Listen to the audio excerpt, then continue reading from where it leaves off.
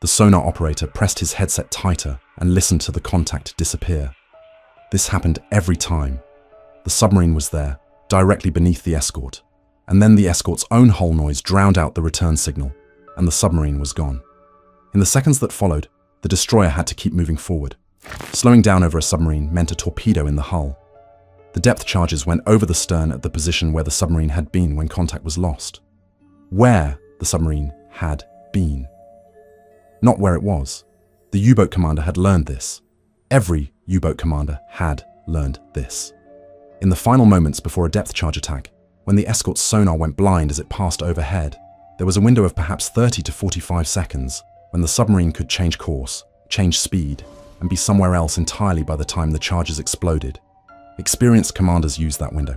They used it every time.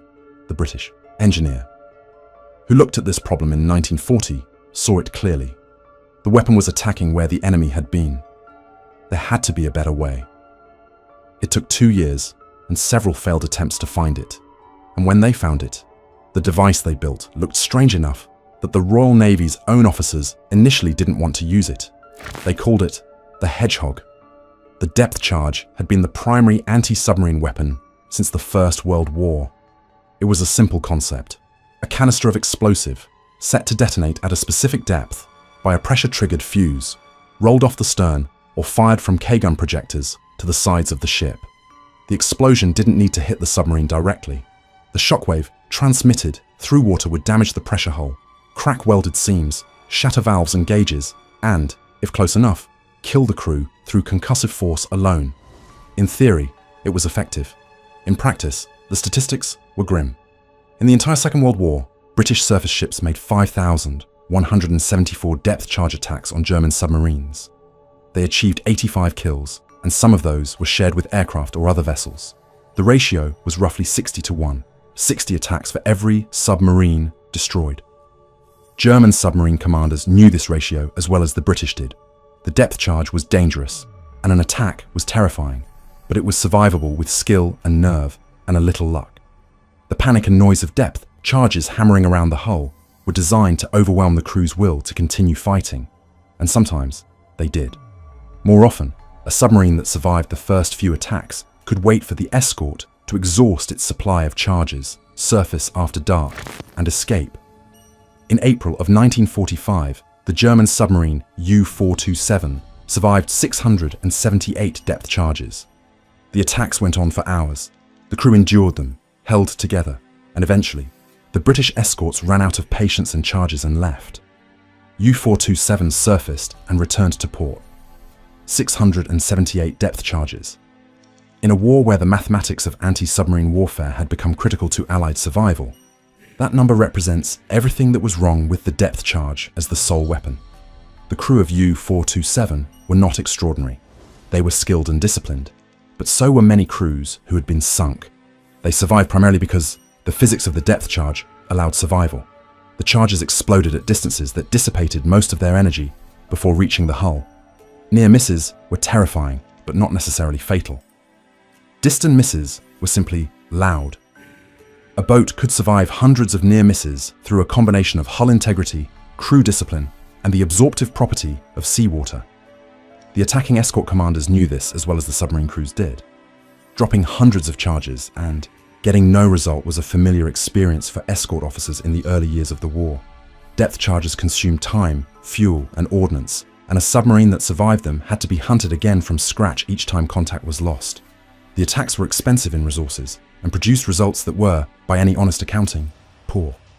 The weapon that had seemed adequate in the First World War had not kept pace with the submarines it was designed to destroy. The blind spot was the fundamental problem. It came from how sonar worked. The sonar transducer on a ship's hull emitted a pulse of sound and listened for the echo from the submarine below. As the ship approached a contact, the time between emission and return got shorter and shorter. When the submarine was directly beneath the attacking ship, the returned echo arrived essentially simultaneously with the emission, and the system couldn't distinguish the two. The attacking ship was flying blind over the submarine for the critical 30 to 45 seconds before the charges went over the stern. The Germans called this period the Tote Winkel, the dead angle. Their commanders were trained to use it. It wasn't evasion exactly. It was using the geometry of the attack against the attacker. A sharp turn to port or starboard at the moment the sonar went blind, combined with a speed change, could shift the submarine 50 to 100 meters from its last known position. The depth charges would explode at the right depth in the wrong place. The British needed a weapon that could attack the submarine while sonar contact still existed, before the ship had to overrun the target and lose it in the blind spot. They needed something that fired forward into water the submarine still occupied and simply hadn't yet had time to vacate. The Royal Navy's Directorate of Miscellaneous Weapons Development had an unofficial name among the people who worked there, the Wheezers and Dodgers. It was a department created for unconventional thinking about weapons problems, staffed by scientists and engineers who operated with more flexibility than the standard Admiralty procurement system. Sir Charles Goodeve led it. The name suited the work. The Hedgehog emerged from this department, though its origins were stranger than a straightforward weapons requirement. Major Millis Jeffreys had originally conceived the spigot mortar as a land-based sabotage weapon, intended for use behind German lines if Britain were invaded. The concept of firing a small bomb from a spigot was adapted by Goodeve's team for the anti-submarine problem. If you could fire a spread of bombs ahead of the attacking ship before sonar contact was lost, and if those bombs would only explode on contact with a hard surface, you would have a weapon that solved both the blind spot and the depth-setting problems simultaneously. The depth-setting problem was the other reason depth charge attacks so often failed. Depth charges had to be set to explode at a specific depth. If the submarine was at 300 feet and the charges were set for 200, they would explode harmlessly above it. Accurately estimating a submarine's depth during an attack was difficult, especially while maneuvering at speed and trying to hold sonar contact. Getting the depth setting wrong by even 50 feet could make the attack useless. The Hedgehog's contact fuse eliminated this problem entirely. The bombs would sink until they hit the submarine or reach the bottom. No depth setting required. The engineering challenges were significant. The fuse had to survive the impact with the sea surface, a jarring blow that could detonate a poorly designed mechanism, but still function reliably when it made the much lighter contact with a submarine hull. Getting this right took time and testing. There was also the problem of the bomb's trajectory through the air and their entry into the water. They needed to sink vertically rather than skipping or tumbling, and the flat nose design solved this. And the pattern of the spread had to cover enough area to give a reasonable probability of hitting a submarine that might have shifted slightly from its sonar-tracked position during the seconds the bombs were in flight. The prototype was tested on the destroyer Westcott in 1941. It worked well enough that production proceeded. Churchill saw a demonstration and was satisfied. The Hedgehog entered service in 1942. The Royal Navy installed it on around 100 ships before the first successful kill came, in November of 1942. The delay wasn't a weapon failure. It was a crew confidence problem. The weapon was unfamiliar. Its pattern of fire was unusual, and the fact that it only exploded on contact meant that failed attacks produced silence rather than the dramatic explosions of a depth charge spread. Escort captains found it psychologically difficult to trust the silence. A failed Hedgehog attack produced no evidence it had even happened. A failed depth charge attack produced a pattern of geysers and concussive booms that at least confirmed the charges had gone off. The Royal Navy's enthusiasm for the weapon was so limited in early 1943 that a directive had to be issued, ordering captains of Hedgehog-equipped ships to formally explain in writing why they had not used the weapon when they had a submarine contact. The Royal Navy, which had invented the Hedgehog, was being told to use it. The Americans, given the weapon through the standard Allied sharing arrangements, turned out to be more enthusiastic about it than the British. American destroyer escorts were fitted with it as standard equipment. American crews trained on it obsessively, and in May of 1944, on a destroyer escort named after a sailor killed at Pearl Harbor, the weapon produced the most remarkable anti-submarine performance in the history of naval warfare. The destroyer escort, England arrived at Espiritu Santo in the southwestern Pacific in March of 1944. She was a Buckley-class vessel, 186 crew, 1,400 tons. Commissioned in December of the previous year, Lieutenant Commander Walton Pendleton commanded her. The executive officer was Lieutenant John Williamson, who would later write about what came next in a 1980 article in Proceedings magazine, the professional journal of the United States Naval Institute. On May 13, 1944, American codebreakers intercepted and deciphered a message from the Japanese submarine I-16 to Submarine Division Headquarters. The message described the boat's estimated arrival time at Buin, on the southern tip of Bougainville, where it was delivering rice in 75-pound rubber bags for a bypassed Japanese garrison. 3 destroyer escorts were ordered to intercept. I-16 was a veteran. She had participated in the Pearl Harbor attack, carrying a midget submarine. She had made 9 war patrols. She had delivered supplies across the Pacific for years. Her commander, Lieutenant Takuchi Yoshitaka, was experienced and capable. On the afternoon of May 18th, the England's sonar operator, Roger Bernhardt, detected 16 1,400 yards away in calm, sunny water. The England ran in for a hedgehog attack and missed. The second, third, and fourth attacks also missed. Ikai 16 was maneuvering hard, using every technique a skilled submarine commander had, and Takeuchi was good at it. On the 5th run, the hedgehog spread hit. 4 to 6 projectiles made contact. The explosions were close enough together that the England's stern was lifted by the blast wave, and men were knocked off their feet on deck. Oil and debris began rising to the surface. The next day, a 3x6 mile oil slick marked where I-16 had been. 5 attacks on a single submarine, and on the 5th, the England had her kill. Then, American codebreakers deciphered another message. The Japanese were establishing a submarine picket line north of the Admiralty Islands, a screen of 7 submarines tasked with detecting the American fleet before it could reach whatever its next target was. The submarines were RO-104, RO-105, RO-106, RO-108, RO-116, and others. They were positioned at intervals across a route the fleet had used before. The England, with the destroyer escorts George and Raby, went after them. On May 22nd, the George's radar found RO-106 on the surface at night. The submarine dived, and the England made sonar contact and attacked with hedgehogs, with 3 projectiles hitting. Oil and wreckage appeared by sunrise. RO-104 came next, on the 23rd, and it was harder. The George missed with 4 hedgehog attacks, then the Raby missed, then the George missed 4 more times. RO-104 was maneuvering desperately, jamming the sonar with bursts of sound. Then the England attacked twice. The second attack put 10 to 12 projectiles on target. The submarine broke apart. Oil appeared on the surface at mid-morning. RO-116 went down on the 24th. RO-108 on the 26th.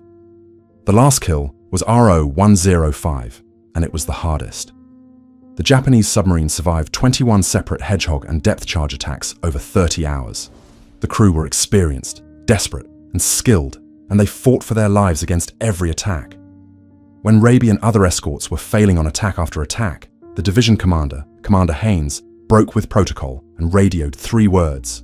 "Oh hell! Go ahead, England." England attacked. 6 to 10 projectiles hit. A massive underwater explosion followed 5 minutes later. RO-105 sank with all 55 crew. They had survived 30 hours of attacks and died in the final minutes when the England finally found the range. 6 submarines in 12 days. The record has never been equaled in the history of naval warfare. Imagine you are a U-boat commander who has survived a hedgehog attack. The experience was different from depth charges in ways that made it more terrifying rather than less, despite the silence of a failed attack. With depth charges, you heard the splashes above you as the charges hit the water, and then you counted seconds until the explosions. The counting gave you information. If the pattern was short, the charges had been set shallow. If the explosions were more distant, the escort had dropped behind your position. The sounds told you something about what was happening. With the hedgehog, you heard splashes in the water ahead of the attacking ship, multiple impacts, a spread pattern. Then you waited to see what came next. In some attacks, you heard nothing more. The bombs had sunk past you or around you without hitting. In others, You heard the sharp crack of a contact, detonation somewhere on the hull, and then the world ended. The particular lethality of a direct Hedgehog hit came from what the contact detonation did to a pressure hull. A depth charge exploding at a distance transmitted its shockwave through a cushion of water that rapidly absorbed energy. The explosion was violent but diffuse. A Hedgehog bomb detonating directly against the hull had no water cushion on the contact side. The explosive force went directly into the steel. 1 or 2 hits on a pressure hull were usually sufficient to open it. At depth, a breached pressure hull fills fast. At 200 feet, water enters under roughly 6 atmospheres of pressure. The flooding is not the gentle seeping of a damaged seal. At that pressure, water arrives in quantities that overwhelm the damage control capacity of a crew in seconds. The atmospheric pressure inside the boat rises as the air is compressed. The temperature climbs. The crew, if they survive the initial flooding, are in a sealed steel environment that is filling with water and getting progressively hotter as the air compresses. The boat sinks further as the flooding continues, increasing the pressure at the breach and accelerating the flooding. The crew has no way to arrest this process. At some depth, the pressure hull collapses entirely under the external water pressure. The collapse is instantaneous. If the attacking escort heard 2 or 3 bangs from the Hedgehog spread, they knew they had hit. If they heard silence, they had missed and could attack again without losing sonar contact, without the masking effect of their own exploding depth charges, without giving the submarine the window of confused acoustics that it needed to maneuver away. A missed Hedgehog attack left the tactical situation unchanged. A missed depth charge attack churned the water with explosion noise and bubbles that disrupted sonar for minutes. The submarine could move during that time. Herbert Werner, who survived multiple depth charge attacks in his career commanding German submarines, described the experience of being depth charged as terrifying but manageable. The Hedgehog attacks that began appearing in the Atlantic in 1943 were described by other survivors as producing a different kind of fear, because the silence of a miss told you nothing about where the next spread was going to fall. The statistics of the Hedgehog's effectiveness need a human frame to be meaningful. Think about what 1 in 60 means for a crew of 50 men. 60 depth charge attacks before one succeeded. Those attacks happened over hours, sometimes over the course of a full day and night. A submarine under sustained depth charge attack was a steel tube full of exhausted, terrified men, many of them injured from the concussive effects of nearby explosions, waiting in the dark for the one that would be close enough to end it. Most of the time, the one close enough didn't come. Most of the time, 60 attacks. Into the hunt, the escorts either ran low on charges or lost contact, and the submarines surfaced after dark and limped home. 1 in 60. For the German submarine crews who understood this ratio, the depth charge was survivable. It was agonizing, and it required nerve, and experienced crews who had been through it before carried the psychological weight of it through every subsequent patrol. But it was survivable. The math said so. The Hedgehog changed the math. 1 in 6, climbing to 1 in 5 by the end of the war. For a crew of 50 men on a submarine that had been found by a Hedgehog-equipped escort, the odds of not coming home had risen from roughly 1 in 60 to nearly 1 in 5. A commander who had once calculated his chances of surviving a depth charge attack and found them acceptable was now making a different calculation, one that led somewhere much darker. Think about what that difference meant for the men who volunteered for U-boat service in 1943 and 1944. By that point in the war, the loss rates were already well known within the U-boat arm, even if official German propaganda was still celebrating submarine successes. Men who signed on for submarine duty in 1943 could speak to veterans who had come back from the North Atlantic, men who described what it was like to sit at depth for 18 hours while escorts circled above, men who could tell you what depth charge attacks felt like and what percentage of their classmates from training had not come back. These men volunteered anyway, because the calculation they were making still left some room for skill and nerve to matter. By 1944, with Hedgehog attacks added to the calculation, with centimeter-wave radar able to find surfaced submarines at night, with very long-range aircraft closing the Atlantic air gap, the room for skill and nerve to matter had shrunk considerably. The men who went out on patrols in the final 2 years of the war were going out under conditions that the founders of the U-boat arm in 1939 would not have recognized. The attrition was not hidden from them. they understood what the numbers meant.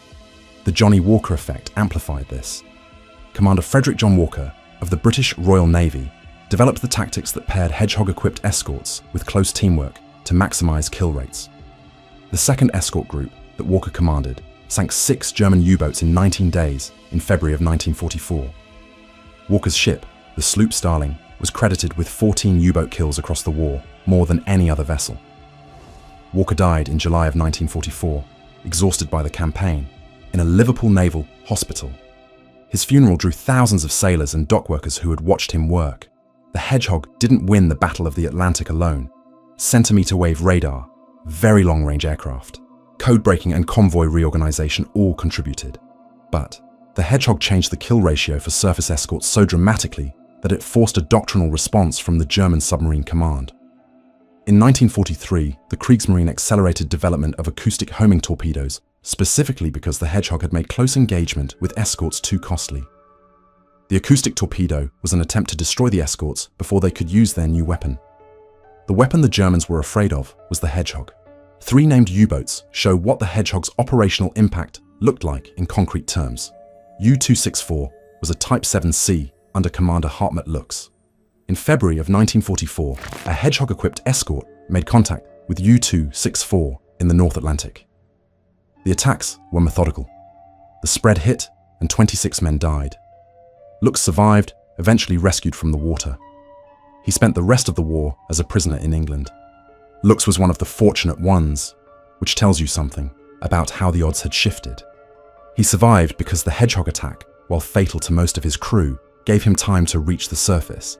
Many Hedgehog sinkings were so rapid that no one reached the surface at all. U-765 was caught in the North Atlantic in the summer of 1944 by a convoy escort group using Hedgehog in the coordinated manner Walker had pioneered. The boat had made several patrols. Its commander had experience. The attack sequence was precise, and the silence after the spread hit told the escort crew immediately what had happened. No survivor was recovered. U-549 was a long-range Type 9 C-40 boat that left Lorient in May of 1944 under Commander Detlev Krankenhagen.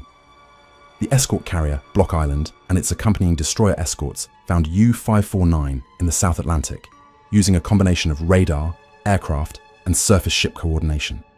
The destroyer escort Eugene Elmore made the Hedgehog attack that killed U-549.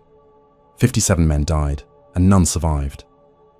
Then Block Island itself was torpedoed by U-549's own acoustic homing torpedo before the boat was sunk, proof of the accuracy of the German assessment that Hedgehog-equipped escorts needed to be eliminated before they could use their weapon. Block Island sank with 6 of her crew dead. 268 survived, rescued by the remaining escorts. The same convoy action that demonstrated the Hedgehog's lethality also demonstrated why the Germans had accelerated their acoustic torpedo program, because the alternative was being killed at a ratio of 1 in 5 by a weapon they couldn't hear coming. After RO-104 sank in the Pacific, Lieutenant Williamson was walking to the England's wardroom for coffee. A young sailor stopped him in the passageway. The sailor asked how many men had been aboard the submarine they had just killed. Williamson answered, 40 to 80, depending on the class. The sailor asked how Williamson felt about it. Williamson gave the answer officers are trained to give. War is kill or be killed. We did our job.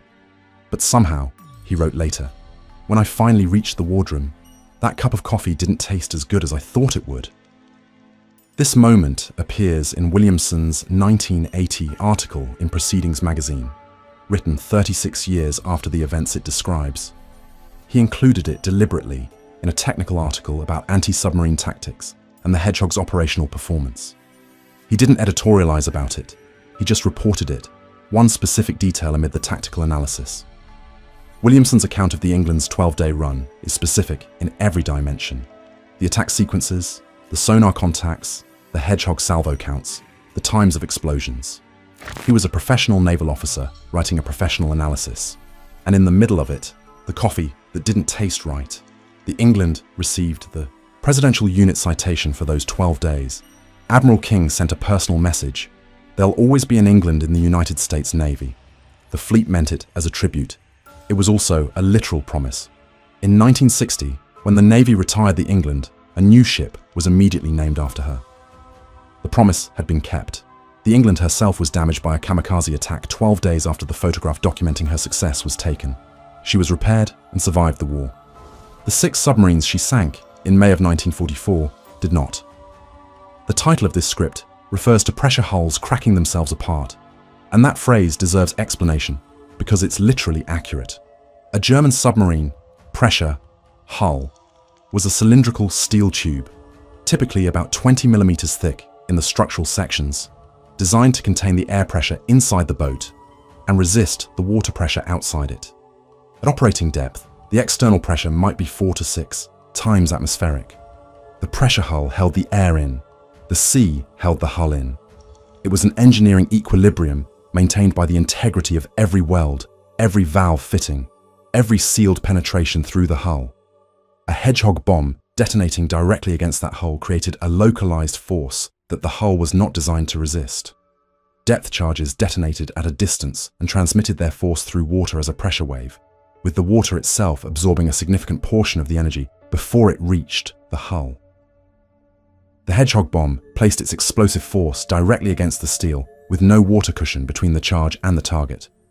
The effect was to create a breach in the hull at the point of impact. At operational depth, that breach became the entry point for water arriving under 4 to 6 atmospheres of pressure. The water didn't trickle in. It came in as a jet at high velocity. The air inside the submarine was compressed as the water rose, which raised both the pressure and the temperature inside the hull. The compressed air heated as it was squeezed into a smaller volume. As the flooding continued, the boat lost buoyancy control and sank deeper. Deeper meant higher external water pressure at the breach point, which accelerated the flooding, which compressed the remaining air further, which drove the temperature higher. The crew were in an enclosed steel environment where the temperature was rising and the air pressure was increasing simultaneously. If they weren't killed by the initial explosion or the incoming water jet, they faced the prospect of heat and pressure that made survival increasingly unlikely as the boat descended. At some depth, the external water pressure exceeded the hull's remaining structural capacity at the damaged section, and the hull collapsed. The collapse was not gradual. The physics of external hydrostatic pressure acting on a compromised cylinder produce a rapid, catastrophic failure. The implosion was loud enough that Allied sonar operators, listening after a successful hedgehog spread, could hear it at a distance. The 2 or 3 bangs of hedgehog hits, followed minutes later by the larger, different sound of hull collapse, told the escort sonar operator exactly what had happened. The hull cracked itself apart because the sea was outside and the breach was open, and the physics of pressure at depth allowed no other outcome. The specific lethality of the hedgehog relative to depth charges came from this direct engagement with those physics. The story of why the hedgehog took more than a year to achieve its potential kill rate is really a story about institutional resistance to new ideas, and it's worth understanding because the same story appears in every major weapons transition of the war. The Royal Navy had developed the depth charge in the First World War. It had refined it over 20 years of peacetime exercises and wartime experience. The officers who commanded escort vessels in 1942 had spent their careers with depth charges. They knew how to judge an attack, how to interpret the pattern of explosions relative to the submarine's estimated position, and how to read the acoustic aftermath for signs of damage. Depth charge attacks were something they understood intuitively. The hedgehog produced no such readable aftermath on a miss. You fired, you waited the 9 seconds for the bombs to reach operational depth, and if nothing happened, you tried to figure out why and whether you should run again. There were no explosions to interpret. The sonar contact was still there, undisturbed by the failed attack. It was a weapon that left you more informed than a failed depth charge attack did, which was the point, but it felt less conclusive because there was no dramatic evidence that anything had occurred. The low confidence problem was compounded by the fact that early hedgehog attacks produced low hit rates, partly because training was inadequate, and partly because the weapon's optimal use required a precision of sonar tracking that crews were still developing. A weapon that requires exact positioning to work, handled by crews who are still learning what exact positioning looks like, will inevitably underperform in early deployment. The The solution was simple, but required effort. Send a specialist to Londonderry, where the escort crews were based, who could explain in practical terms what the weapon did when it worked, why the silence of a miss was informative rather than discouraging, and how to calibrate sonar tracking for hedgehog precision. The officer from the Directorate of Miscellaneous Weapons Development who made that trip and gave those talks and worked through specific successful attack examples with escort crews produced a measurable improvement in kill rates that justified the entire weapons program.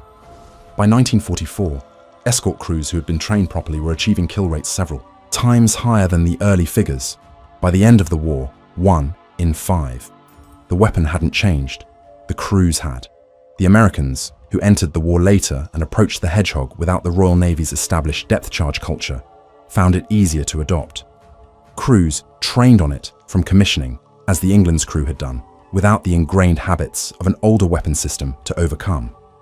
The England's crew had become, in Williamson's own description, obsessed with training. They drilled constantly, maintained their equipment meticulously, and when they encountered I-16 in May of 1944, they had already made dozens of practice attacks in the months since commissioning. The 5 attacks before the kill on I-16 were not failures in the ordinary sense. They were a crew tracking a submarine, learning its evasion patterns, adjusting their approach geometry, and maintaining contact across each unsuccessful run until they had the angle and the speed and the position exactly right. The 5th attack hit because the first 4 had taught them how this particular submarine was moving. After the Hedgehog achieved operational effectiveness in 1944, the German submarine force's tactical calculus changed in ways that couldn't be reversed by any technical counter. The acoustic homing torpedo, which the Kriegsmarine had accelerated in response to the Hedgehog threat, produced some successful attacks on Allied escorts. But the Allied response to the acoustic torpedo, the Foxer decoy, a noise-making device towed behind the ship to attract the torpedo away from the hull, arrived in service quickly.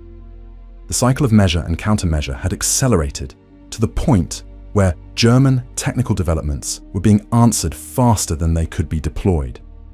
Donitz's withdrawal from the North Atlantic in May of 1943 had been a tactical retreat, not a surrender. He expected to return with better equipment. The Type 21 submarine, with its superior underwater speed and battery capacity, was supposed to render the Hedgehog less relevant by allowing submarines to avoid the surface encounters where they were most vulnerable. The Type 21 arrived in service in the spring of 1945. The war ended 2 months later. The lesson that naval officers took from the Hedgehog's success was about the geometry of weapons and sensors. The depth charge had failed because it attacked where the enemy had been. The Hedgehog succeeded because it attacked while the enemy's position was still known. Every forward-throwing anti-submarine weapon developed since the war starts from the same principle. Keep the target on your sensors as long as possible, and deliver your weapon while you still know where it is. The Squid, which replaced the Hedgehog on British vessels from 1944 onward, was a 3-barreled mortar that fired depth charges set by the sonar's own depth readings, automatically. It achieved a kill rate around twice that of the Hedgehog. The Limbo, which succeeded the Squid, was more capable still. Every weapon in the lineage was built on the principle that Goodeve's team had worked out in the Directorate of Miscellaneous Weapons Development in 1941. The blind spot had to be eliminated, the weapon had to fire while contact was maintained, and the fuse had to detonate on contact rather than at a preset depth. The problem the British engineer had seen clearly in 1940 was solved, and it was solved in a way that every navy in the world still uses. After the Hedgehog proved its effectiveness, submarine warfare was never fought the same way again. The principle it established, that anti-submarine weapons must be delivered while the attacker still has sensor contact with the target, is the foundation of every modern anti-submarine weapon system. The homing torpedo that replaced the Hedgehog in post-war navies was designed around the same logic.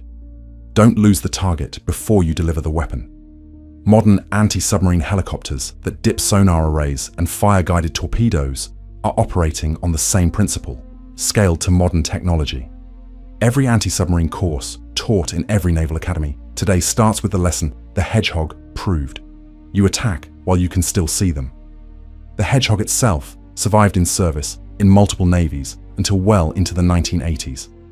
The Soviet Navy developed a copy called the WW2 in 1949, then an improved version a decade later. India operated Hedgehog-equipped ships into the late 20th century. The Squid mortar, which replaced it in British service from 1944, achieved twice the kill rate. The weapons evolved, but the principle didn't. What the weapon changed at a human level was what submarine commanders had to calculate about survival. The U-boat arm's operational confidence in the early years of the war rested partly on the knowledge that depth charge attacks were survivable. 1 in 60, you could run those numbers and find room for nerve and skill and luck to matter. The Hedgehog took that calculation apart. 1 in 5. 1 in 5 attacks ended with a submarine on the bottom and the crew inside it. For the men who went to sea in German submarines in 1944 and 1945, that number was the context for every moment of a patrol. They knew it. Their officers knew it. Detonates knew it and sent them anyway. Williamson's cup of coffee, sitting in the wardroom of the England in May of 1944, represents the other side of that calculation, the same weapon that killed RO-104. And its crew was what Williamson and his shipmates had trained with obsessively since commissioning. The weapon they'd used 5 times before hitting I-16. The weapon that was keeping them alive in a Pacific where the Japanese submarines had orders to find and sink them. The Hedgehog worked in both directions. It killed submarines, and it kept surface sailors alive. The coffee that didn't taste right is what honest accounting looks like, when the very numbers behind the kills are real human lives on both sides of the hull.